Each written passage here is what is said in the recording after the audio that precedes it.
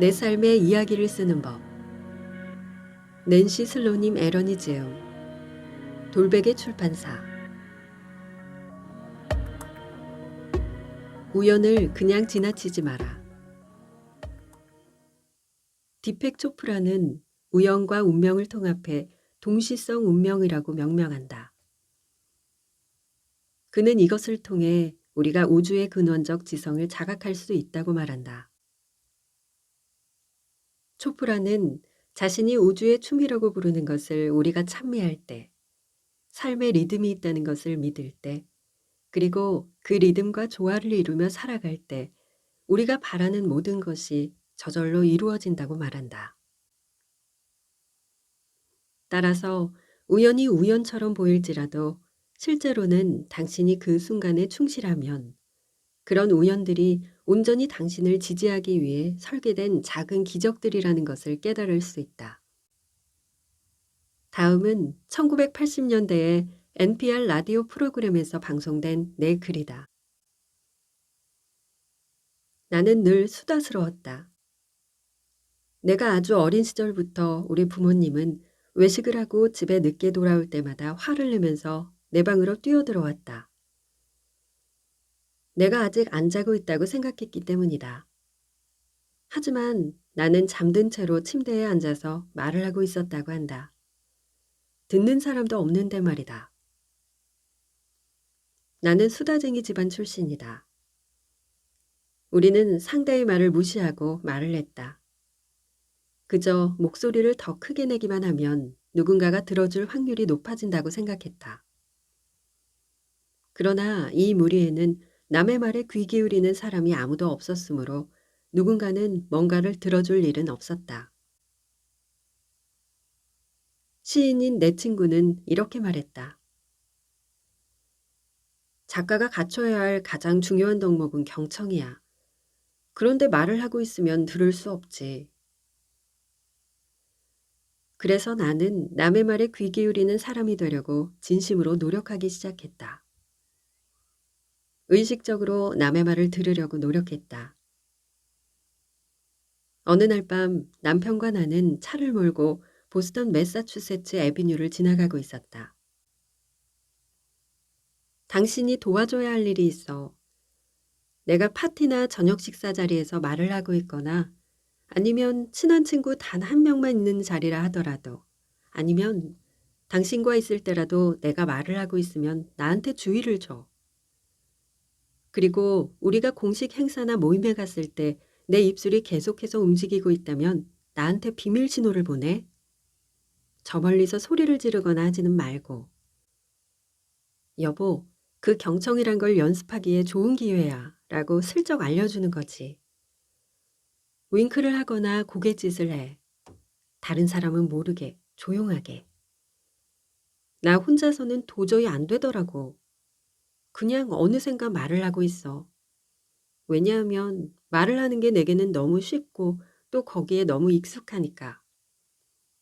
담배 피우는 것과 같아. 습관이야. 나는 차가 16km 정도를 달리는 동안 숨도 쉬지 않고 떠들어댔다. 그러다 빨간 신호에 걸렸다. 내 오른편에 멕시코 음식점이 있었는데 밝은 형광빛 간판에 그란데 보카, 즉 수다쟁이라고 적혀 있었다. 우리는 5분 동안 쉬지 않고 큰 소리로 웃었다.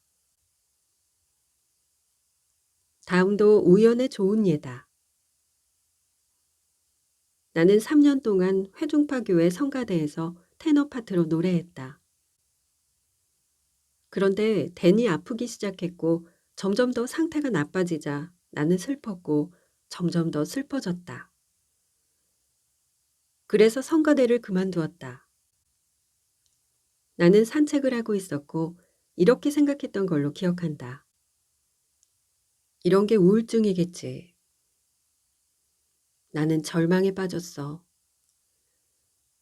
나는 아무도 듣지 않는 혼잣말을 했다. 가벼운 기분, 그 열린 기분, 가슴이 뻥 뚫리는 그 높은 곳으로 날아오르지 못하고 있어. 갇힌 기분이야. 그러니 하느님, 내가 말했다. 나는 지금까지 여러 기적들을 경험했어요. 진짜 기적은 아니지만 당신이 정말 존재한다는 것을 알려주는 그런 것들요. 그런데 지금은 아무것도 없네요.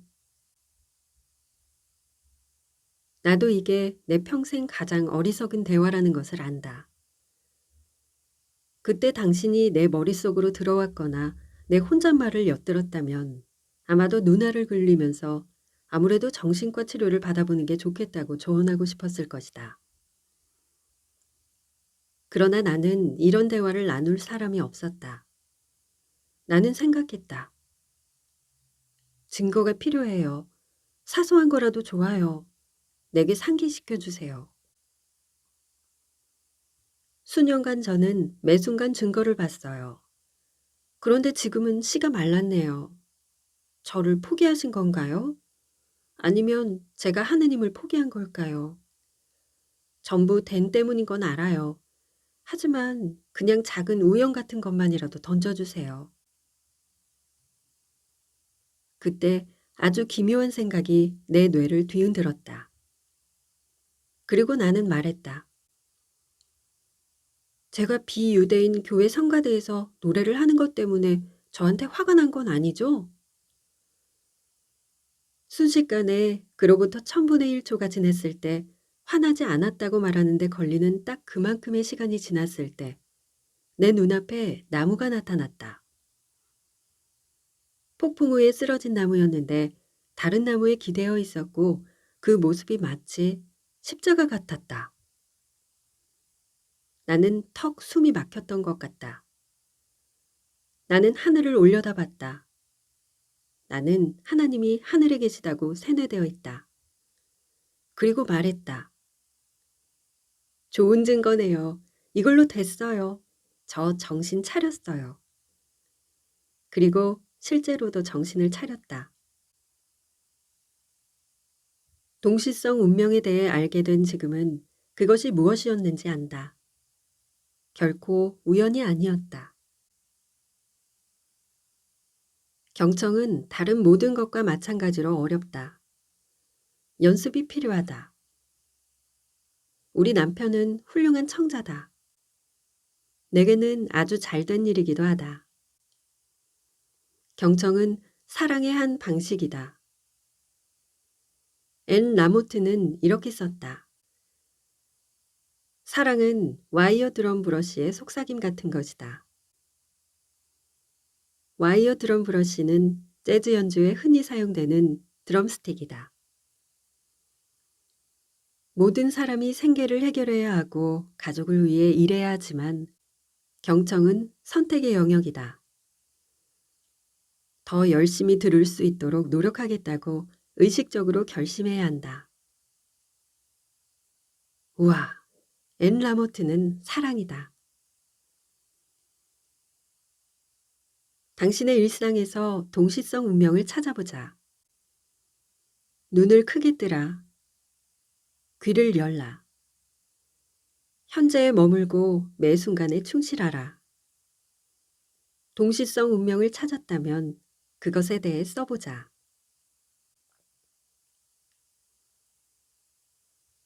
이야기가 숙성될 시간을 주자. 원고에서 잠시 떨어져라. 잠시 숙성될 시간을 줘야 한다. 공기와 접촉해야 한다. 공간이 필요하다. 뿌리를 내릴 시간이 필요하다. 그 뿌리가 땅속 깊이 박히도록 놓아주자. 미량의 미네랄을 찾도록 내버려두자. 당신은 지금 당신 책의 목을 조르고 있다. 당신 책은 성과를 내야 한다는 압박감에 시달리고 있다. 이것은 파트너십이다. 당신만의 문제가 아니다. 두 존재가 관여하고 그 둘 모두 보듬어주는 손길과 시간을 필요로 한다. 붓을 마구 휘두르지 마라. 팀을 이뤄 협력할 때 얼마나 더 좋은 작품이 탄생하는지 당신도 알지 않는가? 당신의 글을 다시 읽어볼 시기를 정하라. 그때가 올 때까지 참고 기다리라. 치유를 위한 글쓰기. 이따금 워크숍을 마무리하면서 나는 이렇게 말한다. 이 워크숍은 사실 치유를 위한 글쓰기라고 불러야겠죠?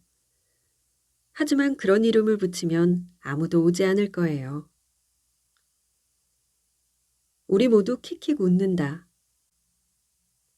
치유를 전면에 내세우면 대다수 사람이 치유 과정에 어떤 것들이 포함되는지 알아차리고 피할 것이기 때문이다. 치유를 위해서는 자신의 내면 깊숙이 들어가서 고통을 느껴야 한다. 누가 그런 것에 자원하겠는가? 그래서 마음으로부터 글쓰기라는 이름은 당신이 자신의 내면으로 깊숙이 파고 들어가 고통을 느끼고 그리고 물론 강력한 치유의 경험을 할 수 있도록 내 워크숍으로 끌어들이기 위한 내 음흉한 전략의 하나다. 나는 글쓰기가 어떻게 슬픔을 치유하는지를 보여주는 수백 건의 이야기를 한다. 나는 마치 목숨처럼 자신의 고통을 꽁꽁 싸매고 있다가 글쓰기를 통해 자신에게 벌어진 일을 바라보는 완전히 새롭고 더 건강한 관점을 찾으면서 그 사람 자체가 변화하는 현장을 직접 목격하는 특권을 누렸다. 사람들이 워크숍이 치료법이냐고 물으면 나는 이렇게 답한다. 아니요, 워크숍은 치료법이 아니에요. 다만 함부로 평가하지 않는 청중의 지지를 받으면서 당신의 이야기를 쓰는 과정이 치유 효과를 발휘하는 거죠. 그리고 그렇게 이 이야기는 다음으로 이어진다. 의학계에서의 스토리텔링. 의사인 리타 샤론은 컬럼비아 대학교에서 서사의학이라는 전공을 개설했다. 기본적으로 이 전공은 의사들이 환자의 이야기에 세밀하게 관심을 기울이고 그 이야기를 치료에 활용하는 것을 다룬다. 환자의 서사에 의사들이 귀를 기울이면 더 높은 수준에서 공감할 수 있고 그것은 곧 더 긍정적인 치료 결과로 변환된다. 나는 이 뛰어난 여성이 기획한 워크숍에 연사로 초청받았고 그 경험은 내가 이미 직관적으로 알고 있던 것을 입증했다. 내 마음으로부터의 글쓰기 워크숍에서 참가자가 지켜야 하는 유일한 규칙은 당신이 자신의 글을 다 읽으면 우리는 그 글에서 마음에 드는 점을 말해준다는 것이다. 그게 전부다. 나는 워크숍을 시작하기 전에 내 워크숍은 출간을 목표로 하거나 원고를 교정하거나 작가에게 개선점을 알려주는 자리가 아니라는 점을 확실하게 밝힌다. 실제로 나는 첫 시간에 이렇게 농담을 한다. 저는 글쓰기를 가르치지 않습니다. 저는 감탄하면서 칭찬을 퍼붓는 법을 가르칩니다. 그래서 한 사람이 지극히 사적인 내용의 글을 다 읽고 나서 나머지 사람들로부터 내가 시연한 그대로의 피드백을 받을 때 그의 얼굴에서 수년에 걸쳐 축적된 근심 걱정이 말 그대로 사라지는 것을 보게 된다. 이때 피드백이란 대개 그 글에서 가장 돋보이는 구절들을 그대로 읊으면서 세상에나 당신 정말 대단해요 를 두세 번 반복하는 것이다. 그 사람은 환하게 빛을 내면서 허리를 꼿꼿하게 펴고 다음 시간에는 목소리를 더 크게 낼 수 있게 된다. 이 워크숍에서 우리가 하는 과제 중 하나는 참가자 36명이 원형으로 둘러앉아서 3분 동안 옆 사람에게 어떤 이야기라도 좋으니 이야기를 들려주는 것이다. 이 과제가 목표하는 것이 무엇인지 알기 때문에 우리는 대개 들려주기 가장 힘든 이야기를 고른다.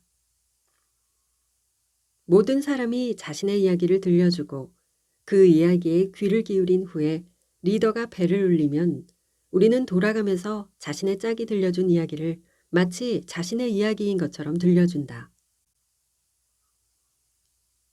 우리가 막 들은 이야기를 다시 들려주는 작업.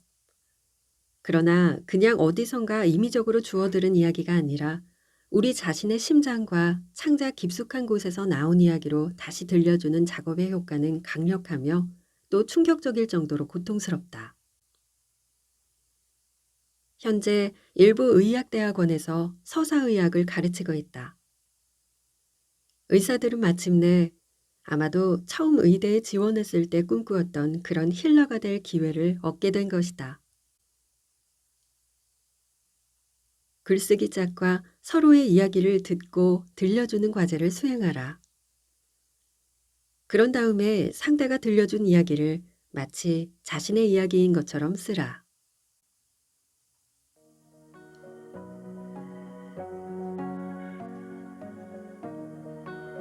작가는 부서진 마음을 달래준 것은 정신과 의사도, 처방약도, 위로를 건네는 친구도, 더할 나위 없이 훌륭한 배우자도 아닌 자전적 에세이 쓰기였다고 합니다.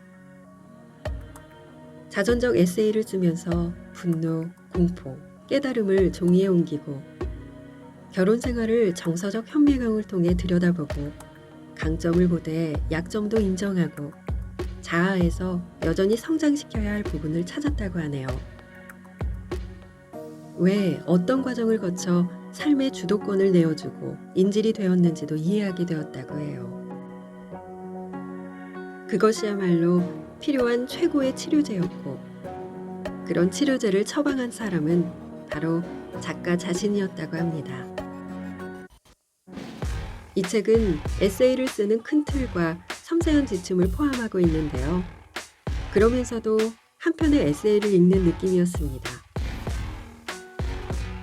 나를 표현해보고 싶은 분, 글로 내면을 치유하고 싶은 분에게 추천해드립니다.